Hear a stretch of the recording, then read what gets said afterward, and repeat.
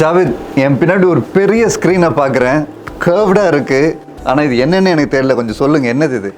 Sir, இது வந்து 225 inches 2.35:1 aspect ரேஷியோவில் இருக்கிற ஒரு கர்வ்டு ஸ்க்ரீன். ஸோ ஆக்சுவலாக நாங்கள் வந்து ஸ்டார்டிங்கில் பிளான் பண்ணது வந்து 16:9 ஸ்க்ரீன் தான் போடலாம் அப்படின்னு நினச்சோம். ஓகே. ஸோ இந்த ப்ராஜெக்ட் வந்து நாங்கள் ஸ்டார்ட் பண்ணது 7, ஆனால் இப்போ முடிச்சிருக்கிறது வந்து Z தாண்டி எங்கேயோ போயிடுச்சு. ரைட். ஸோ நாங்கள் ஃபஸ்ட்டு பர்சீவ் பண்ணது 16:9 அண்ட் இந்த என்டையர் லேஅவுட்டும் வந்து அந்த 16:9 ஒரு 250 inches ஸ்க்ரீன் போட்டு ஃபுல்லாகவே இந்த வால் ஃபுல்லாகவே ஸ்க்ரீன் போட்டுடலான்ற ஐடியாவில் தான் பண்ணோம். ஓகே. அண்ட் கஸ்டமரும் வந்துட்டு நாங்கள் ஸ்டார்டிங்கில் இந்த எலிவேஷன்லாம் கிட்டத்தட்ட இது வந்து ஃபஸ்ட்டு பிளாட்ஃபார்ம் வந்து 2 feet, செகண்ட் பிளாட்ஃபார்ம் வந்து 4 feet இருக்கும்போது ஏதோ இந்த பொலிட்டீஷியன்ஸ் ஸ்டேஜ் இருக்கும் இல்லையா, அந்த மாதிரி இருக்கிற மாதிரி தான் அது தெரிஞ்சது. கஸ்டமரும் அதுதான் கேட்டுட்டு இருந்தார். இது பார்க்குறதுக்கு ஒரு வேளை ஆக்வர்டாக இருக்கும் அப்படின்ற மாதிரியெல்லாம் அவரால் வந்து அது விஷுவலைஸ் பண்ண முடியல. But I was very confident. இது வந்து சீட்ஸ் எல்லாம் போட்டோன்னா கரெக்டாக இருக்கும் அப்படின்ட்டு. I was telling him very confidently that கண்டிப்பாக இது வந்து சீட்லாம் போட்டால் பக்காவாக வந்துடும் உங்களுக்கு அப்படின்னு. பட் அகெயின் நாங்கள் எக்யூப்மெண்ட் வந்து பேசும்போது முன்னாடி MadVR வந்து இந்த டிஸ்கஷன்லேயே கிடையாது. ஓகே. அதுக்கப்புறம் MadVR உள்ளே வந்ததுக்கப்புறம் MadVRோட ஃபுல் பொட்டன்ஷியலை அன்லாக் பண்ணுறதுக்கு why don't we go for this different kind of screen? Okay. ஏன்னா 2.35:1 ஸ்க்ரீன் வந்து எனக்கு தெரிஞ்சு ஹோம் தியேட்டர் என்தூசியாசிஸ்டோட ட்ரீம். ஓகே. அது வந்து அவ்வளோ சீக்கிரம் யாருமே அதுக்கு போக மாட்டாங்க. யாருக்கும் வந்து அந்த தியேட்டர் எக்ஸ்பீரியன்ஸை வந்துட்டு சரினா வச்சுக்கணும், யாருக்கும் வந்து அது அந்த ஆத்தென்டிசிட்டியை வந்து அப்படியே கொண்டு வரணும் அப்படின்னு நினைக்கிறவங்களுக்கு தான் அந்த 2.35:1 ஸ்க்ரீன் வந்து செட் ஆகும். ஓகே. அண்ட் 2.35:1 ஸ்க்ரீன், இந்த சினிமாஸ்கோப் ஸ்க்ரீன் வந்து ஹோம் தியேட்டரில் இம்ப்ளிமெண்ட் பண்ணுறது ரொம்ப ரொம்ப கஷ்டம். ஏன்னா நம்மளுக்கு வந்து அதுக்கு அனமாஃபிக் லென்ஸ் வேணும். அனமாஃபிக் லென்ஸ் அது ரொம்ப காஸ்ட்லி. ரெண்டாவது எல்லாருக்குமே அது சூட் ஆகாது. ஏன்னா ஒவ்வொரு தடையும் நீங்கள் வந்து ரிமோட்டில் ப்ரொஜெக்டர் ரிமோட்டில் வந்து ஆஸ்பெக்ட் ரேஷியோ மாற்றிக்கிட்டே இருக்கணும். நீங்கள் 16:9 வச்சிங்கன்னா அது வந்து ஸ்ட்ரெச்சில் வச்சா தான் உங்களுக்கு வந்து இந்த ஆஸ்பெக்ட் ரேஷியோவில் அது ஃபிட் ஆகும். அண்ட் 2.35:1 வரும்போது பயங்கரமாக ஸ்ட்ரெச் ஆகிடும். திருப்பி ரிமோட்டில் அது போய் நீங்கள் மாற்றணும். அது வந்து ஃபங்க்ஷனலாக இருக்காது. கண்டிப்பாக. ஸோ அதனால் நாங்கள் வந்து அந்த அப்ரோச் எடுக்கலை. அண்ட் எல்லாருக்குமே அது வந்து சூட்டபுளாக இருக்காது.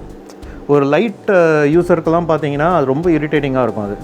பட் MadVR வந்து உள்ளே வந்ததுக்கப்புறம் இந்த ப்ராசஸ் வந்து ஆட்டோமேட்டிக்காக நடக்கும். ஸோ நான் ஏற்கனவே சொன்ன மாதிரி நீங்கள் எந்த கண்டென்ட் எந்த ஆஸ்பெக்ட் ரேஷியோவில் போட்டாலும் அந்த ஸ்க்ரீன் என்ன ஆஸ்பெக்ட் ரேஷியோவில் இருக்கோ அந்த கண்டென்ட்டை அப்படியே அதை சேஞ்ச் பண்ணிக்கும். இது வந்து நான் லீனியர் ஸ்ட்ரெச்சுன்னு சொல்லுவோம்.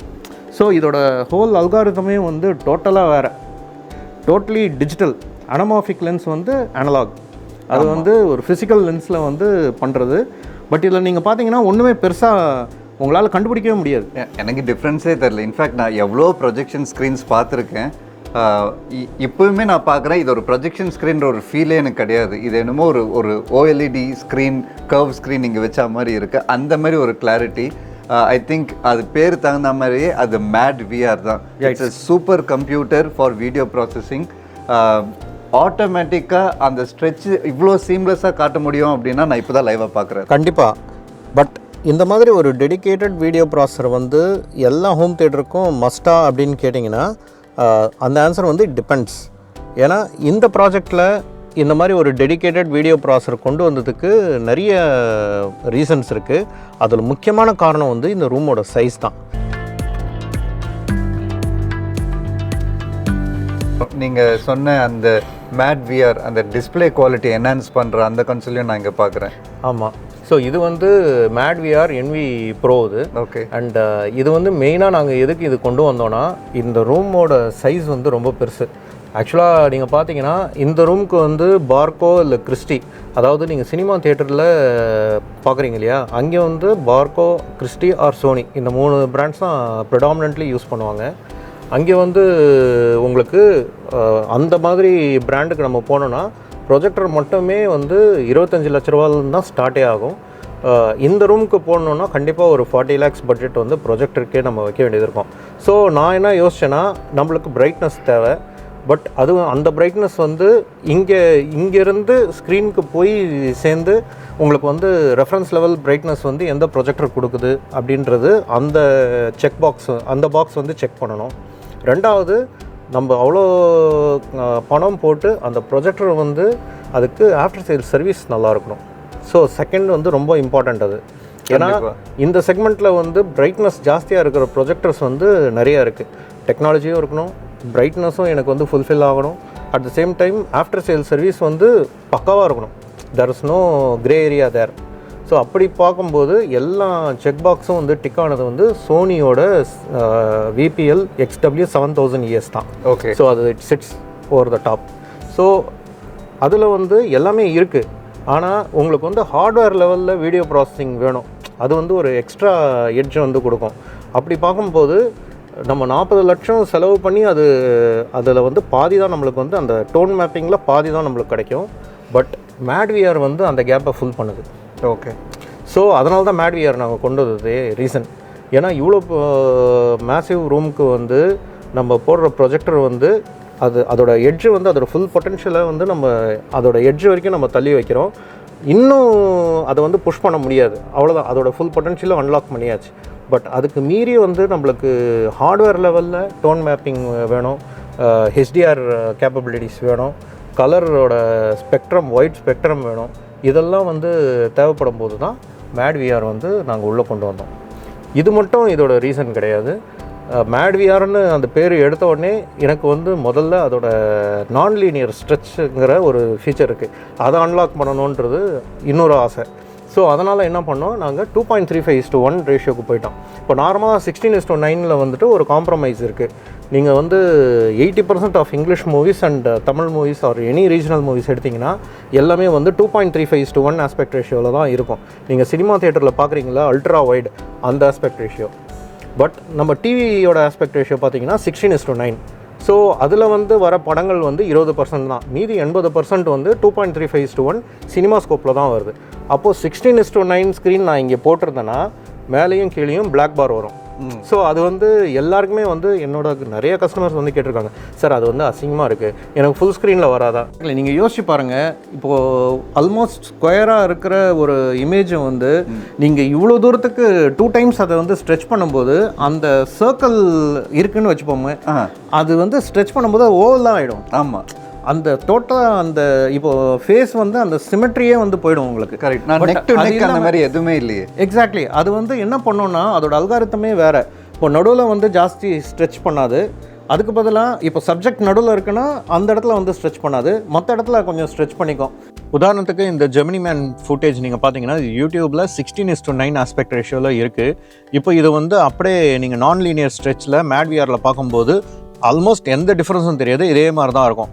உங்களுக்கு வந்து இது 2.35:1 கன்வெர்ட் பண்ணியிருக்கு. ஆனால் அந்த ஸ்ட்ரெச்சு வந்து ஒரு இடத்துல கூட உங்களால் வந்து கண்டுபிடிக்கவே முடியாது. ஆல்மோஸ்ட் இது வந்து அப்படியே 2.35:1 அந்த ஆஸ்பெக்ட் ரேஷியோவில் இருக்கிற மாதிரி தான் இருக்கும். இப்போ நார்மல் பேக்ரவுண்ட் பிளர்லாம் உங்களுக்கு வந்து அங்கே இமேஜ் கிடையாது. ஸோ அந்த இடம்லாம் ஸ்ட்ரெச் பண்ணிக்கும், சப்ஜெக்டை விட்டுரும், சப்ஜெக்ட் இன்டாக்டாக இருக்கும். ஆமாம். இப்போது உங்களுக்கு வந்து இது மேலேயும் கீழேயுமே அந்த ஸ்ட்ரெச் நடக்கும், அண்ட் சைட்லேயும் அந்த ஸ்ட்ரெச் நடக்கும். பட் நம்மளுக்கு நோட்டிசபிளாகவே இருக்காது அது. அன்லஸ் ஆர் அன்டில் அந்த சப்ஜெக்ட் எக்ஸ்ட்ரீம் கார்னருக்கு போகும்போது தான் லைட்டாக ஒரு டிஃப்ளெக்ஷன் தெரியும் தவிர்த்து இப்போ அந்த ஃபிஷ்லாம் வரும்போது கூட உங்களுக்கு பெருசாலாம் தெரியாது. ஸோ அந்த அளவுக்கு இது வந்து எனக்கு சுத்தமாக தெரியலங்க. ஆமாம், அந்த அளவுக்கு அந்த பிக்சரை வந்து இன்டாக்டாக வச்சுக்கும். And regardless of any aspect ratio இது வந்து ரியல் டைமில் எவ்ரி ஃப்ரேம் அது ப்ராசஸ் பண்ணிகிட்டே இருக்கும். நாட் ஒன்லி நம்ம அப்ளை பண்ண ஃபில்டர்ஸாக இருக்கட்டும், HDR ஃபில்டர்ஸாக இருக்கட்டும், இல்லை நம்ம வந்து அப்ளை பண்ண லட்ஸாக இருக்கட்டும், ஈவன் லட்ஸ் கூட இது வந்து சப்போர்ட் பண்ணும். அண்ட் ஆல்சோ நம்ம என்னெல்லாம் பிரைட்னஸ் வச்சுருக்கோம், கான்ட்ராஸ்ட்டை என்ஹான்ஸ் பண்ணியிருக்கோம், டோட்டலாக நம்ம வந்து கலர் கேலிப்ரேஷன் பண்ணியிருக்கோம். இந்த ஃபில்டர்ஸ் எல்லாமே அது ப்ராசஸ் பண்ணோம். அட் த சேம் டைம் இந்த ஜாமெட்ரிக் கரெக்ஷனும் வந்து ரியல் டைமில் இப்போ 4K 60 ஃப்ரேம்ஸ் பர் செகண்ட் நம்ம வந்து இதில் ரன் பண்ணுறோன்னா அந்த 50 ஃப்ரேம்ஸ் ஒவ்வொரு மைக்ரோ செகண்டும் அவ்வளோ ப்ராசஸிங் நடக்குது, frame by frame, inch by inch, pixel by pixel. இது எப்படி ஆடியோக்கு சூப்பர் கம்ப்யூட்டர் மாதிரி இது வந்து வீடியோக்கு வந்து ஒரு சூப்பர் கம்ப்யூட்டர். உள்ளே கிட்டத்தட்ட வந்து 5090 லெவலில் இருக்கிற கிராஃபிக்ஸ் கார்டு உள்ளே இயங்கிட்டு இருக்குன்னா பார்த்துக்கோங்க, அப்போ எந்த லெவலில் இருக்கும். ஸோ இந்த 16:9 ஸ்க்ரீனை வந்து இல்லை கண்டென்ட்டை வந்து நம்ம வந்து 2.35:1க்கு வைடன் ஆக்கும் போது இன்னொரு பெரிய சேலஞ்ச் ஒன்று இருக்குது. அந்த சேலஞ்ச் என்னென்னா, இப்போ நீங்கள் ஸ்க்ரீனில் பார்க்குற இந்த சப்டைட்டில்ஸ், நீங்கள் பெரும்பாலும் இந்த 16:9 கண்டென்ட்டில் அந்த சப்டைட்டில்ஸ் பார்த்தீங்கன்னா அது கரெக்டாக அந்த குறிப்பாக அந்த பிளாக் பாரில் தான் வரும். ஸோ சப்டைட்டில் ஆஃப் பண்ணுறது ஒரு விதம், பட் அது வந்து தமிழ் படமோ இல்லை ஈவன் இங்கிலீஷ் படத்துக்கும் நம்ம மேனேஜ் பண்ணிக்கலாம். பட் இன்டர்நேஷ்னல் மூவிஸ், சப்போஸ் நீங்கள் வந்து ஃபாரின் லாங்குவேஜ் மூவிஸ் நீங்கள் பார்க்குறீங்கன்னா அப்போது சப்டைட்டில் இல்லாமல் உங்களுக்கு அது காம்ப்ரஹெண்ட் பண்ண முடியாது. அப்போது நம்மளுக்கு சப்டைட்டில் ரொம்ப முக்கியமாக படும். ஒரு சில ஹை-எண்ட் ப்ரொஜெக்டர்ஸில் பார்த்தீங்கன்னா 2.35:1 ப்ரொஜெக்டர்லேயே வந்து அந்த ஃபீச்சர் கொடுத்துருப்பான் கன்வெர்ட் பண்ணுறதுக்கு. பட் அது வந்து வெறும் மாஸ்கிங் தான் நடக்கும். என்னென்னா அந்த பிளாக் பார்ஸை வந்து அந்த ப்ரொஜெக்டர் வந்து மாஸ்க் பண்ணி கட் பண்ணிடும். ஸோ தட் நீங்கள் இன்னும் ஜூம் பண்ணி 2.35:1க்கு நீங்கள் வச்சுக்கலாம். பட் இதனால் என்ன ஆகும்னா சப்டைட்டில் வந்து அப்படியே அப்ரப்டாக கட் ஆகிடும். ஒரு சில சப்டைட்டில்ஸ் வந்து கரெக்டாக அந்த பிளாக் பார் வருது இல்லையா, அதுக்கு மேலே இருக்கும். அதாவது பாதி படத்தில் இருக்கும், பாதி வந்து அந்த பிளாக் பாரில் இருக்கும். அந்த மாதிரி ஆகும்போது சப்டைட்டில் வந்து பாதியாக கட் ஆகிறது நீங்கள் பார்க்கலாம். இதே விஷயம்தான் வந்து அனமாஃபிக் லென்ஸில் நீங்கள் போட்டாலும் நடக்கும். ஸோ அனமாஃபிக்கில் பெரும்பாலும் அந்த லென்ஸ் யூஸ் பண்ணும்போது சப்டைட்டில் ஆஃப் பண்ணுறது நல்லது. இல்லாட்டி அந்த சப்டைட்டில் பாதி மேலே வருது, பாதி கீழே வர்றதெல்லாம் வந்து பாதி கட் ஆகிறதெல்லாம் வந்து பார்க்கும்போது ரொம்ப மோசமாக இருக்கும். பட் இந்த MadVR டிவைஸில் பார்த்தீங்கன்னா 2 ஃபீச்சர்ஸ் வந்து கொடுத்துருக்காங்க இதை அட்ரஸ் பண்ணுறதுக்கு. ஒன்று வந்து பிளாக் பார் டிடெக்ஷன், இன்னொன்று வந்து சப்டைட்டில் டிடெக்ஷன். ஸோ இந்த 2 ஃபீச்சரும் வந்து ஹேண்ட் அண்ட் க்ளோவாக ஒர்க் பண்ணும். ஒன்று அந்த பிளாக் பாரை வந்து டிடெக்ட் பண்ணி கரெக்டாக அது வந்து ஃபுல் ஸ்க்ரீன் ஆக்கிடும். ரெண்டாவது சப்டைட்டில் வந்து அந்த பிளாக் பார் மேலே இருந்ததுன்னா அந்த சப்டைட்டில் மட்டும் டிடெக்ட் பண்ணி அப்படியே ஸ்க்ரீன் உள்ள தள்ளி விட்டுரும். ஸோ தட் உங்களுக்கு வந்து அந்த படமாக உங்களுக்கு ஸ்க்ரீன்லேயே வந்து அந்த சப்டைட்டில் வந்து தெரிகிற மாதிரி பண்ணி கொடுக்கும். இது வந்து ஃப்ரேம் பை ஃப்ரேம் நடக்கும் இந்த ப்ராசஸிங். நீங்கள் யோசிச்சு பாருங்கள், நீங்கள் சப்போஸ் ஃபோட்டோஷாப்போ இல்லை வேறு எதனா இமேஜ் எடிட்டிங் சாஃப்ட்வேரில் நீங்கள் ஒர்க் பண்ணியிருந்தீங்கன்னா நீங்கள் நல்லா யோசிச்சு பாருங்கள். ஒரு டெக்ஸ்ட்டை நீங்கள் வந்து ஒரு இமேஜ் ஃபார்மேட்டில் இருக்கிற டெக்ஸ்ட்டை நீங்கள் செலக்ட் பண்ணி அதை ரீபொசிஷன் பண்ணுறது எவ்வளோ பெரிய டாஸ்க்கு. அது வந்து ஒரு நொடிக்கு நீங்கள் வந்து 60 ஃப்ரேம்ஸ் பர் செகண்ட் நீங்கள் வந்து பண்ணிக்கிட்டே இருக்கணும்னா அப்போ எவ்வளோ அதுக்கான வேலை வந்து ஜாஸ்தியாக இருக்கும். அந்த டாஸ்க் என்னவோ சின்னது தான், ஆனால் அதுக்கு நம்ம எவ்வளோ எஃபர்ட் வந்து போட வேண்டியது இருக்குது. அந்த எஃபர்ட் வந்து சீம்லெஸ்ஸாக இந்த டிவைஸ் வந்து போடும். ஸோ இதெல்லாம் சேர்த்து தான் இந்த டிவைஸ் வந்து அவ்வளோ எக்ஸ்பென்சிவாக இருக்குது. அண்ட் இது வந்து ஒரு கம்ப்ளீட் சொல்யூஷன் மாதிரி அவங்க கொடுக்குறாங்க. இதுக்கு மேலே வேறு எதுவுமே நீங்கள் வந்து எக்ஸ்ட்ராவாக எதுவுமே எந்த டிவைஸஸும் நீங்கள் ஆட் பண்ணவே தேவையில்லை. இந்த 16:9 ஆஸ்பெக்ட் ரேஷியோ உள்ள படத்தை வந்து 2.35:1 கன்வெர்ட் பண்ணும்போது என்னென்னலாம் பிரச்சனை வருதோ அந்த பிரச்சனைக்கு எல்லாமே இவங்க சொல்யூஷன் கொடுத்துருக்காங்க.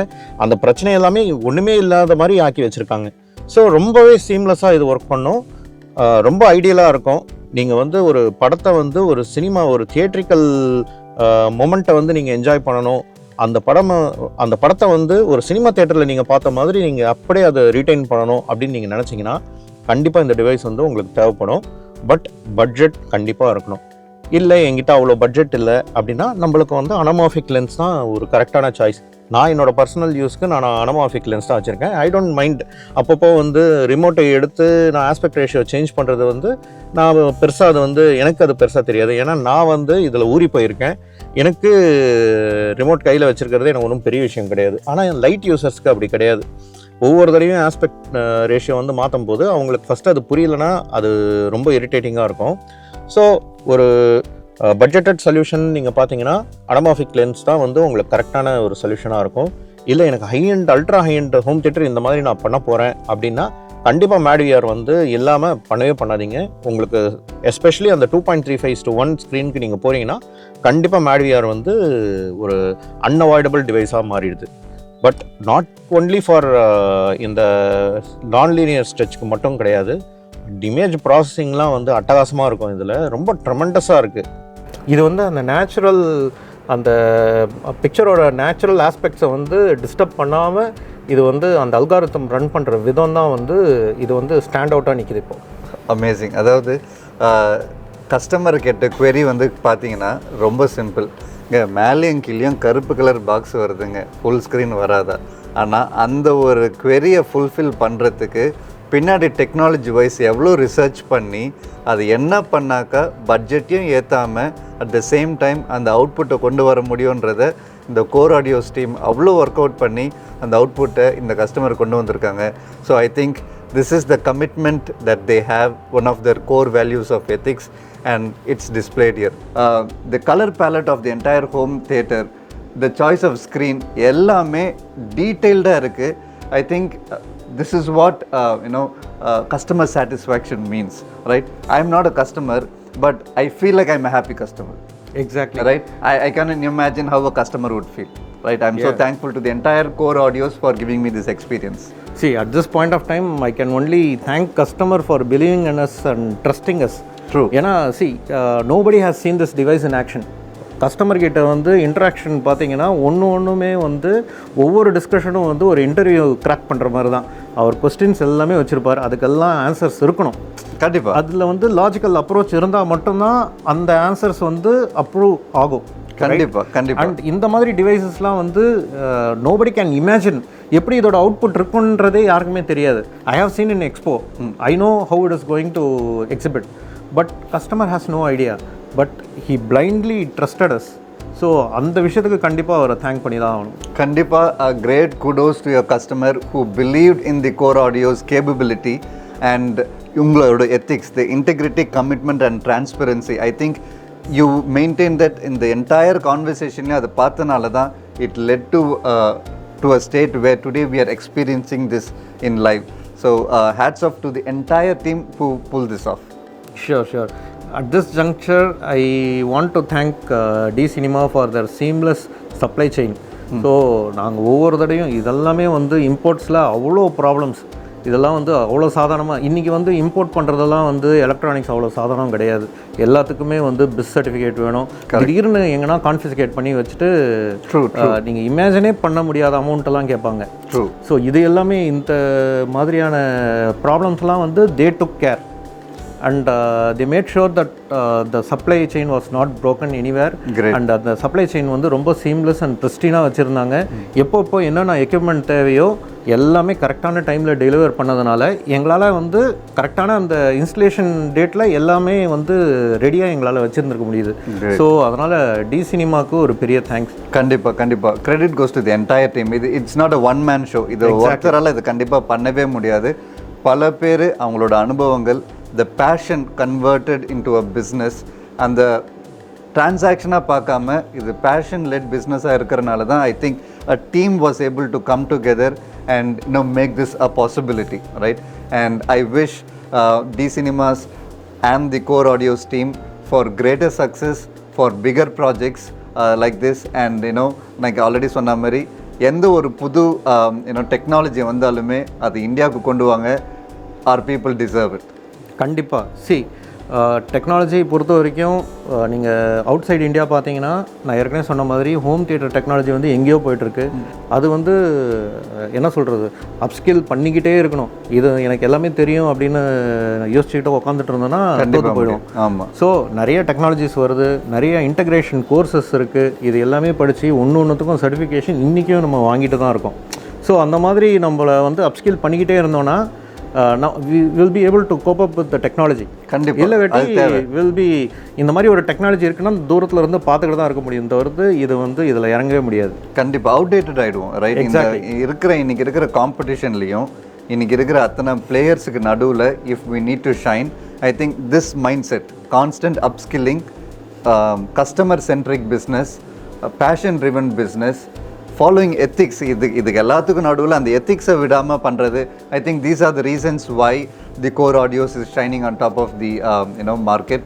So I wish the entire team a great success. Thank you. Looking forward for more and more projects like this. Sure, we are looking forward to it.